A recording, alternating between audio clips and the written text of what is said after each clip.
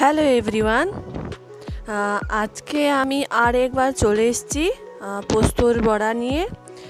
পোস্তর বড়া আমি রেসিপিটা শেয়ার করা হয়ে গেছে, পোস্ট করা হয়ে গেছে, তাই আমি আজকে শর্টকাটে দিচ্ছি। আগে আমি বেটে দিয়েছিলাম শিলনোড়াতে, তো আজকে আমি মিক্সিতে কেমন করে বাটতে হয় সেও বলবো। এখানে আমি পোস্ত 15 থেকে 20 মিনিটের জন্য ভিজিয়ে রেখেছি জল দিয়ে, সামান্য জল দিয়ে ভিজিয়ে রাখবেন। তারপরে মিক্সিতে বাটবেন, ভালো হবে। আর একটু পেঁয়াজ কুচিয়ে, একটা পেঁয়াজ নুন আর হলুদ দিয়ে আমি মেখেছি, একটা বড় সাইজের পেঁয়াজ। তো এইভাবে আমি এখন বড়া করছি।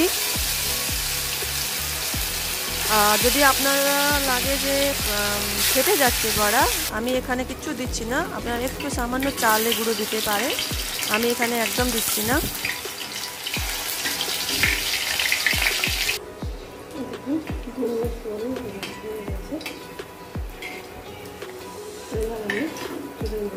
এই দেখুন, আমি 2 মিনিট পর আমি তুলে নিচ্ছি বড়া। যে কটা বড়া আছে সেটাও ভেজে নেব।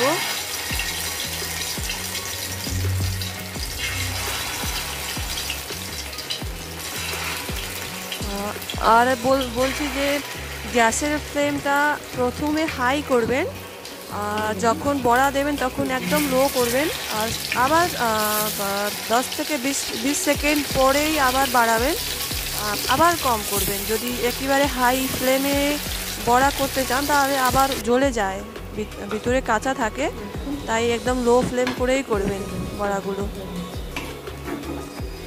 এই দেখুন, তুলে নিচ্ছি।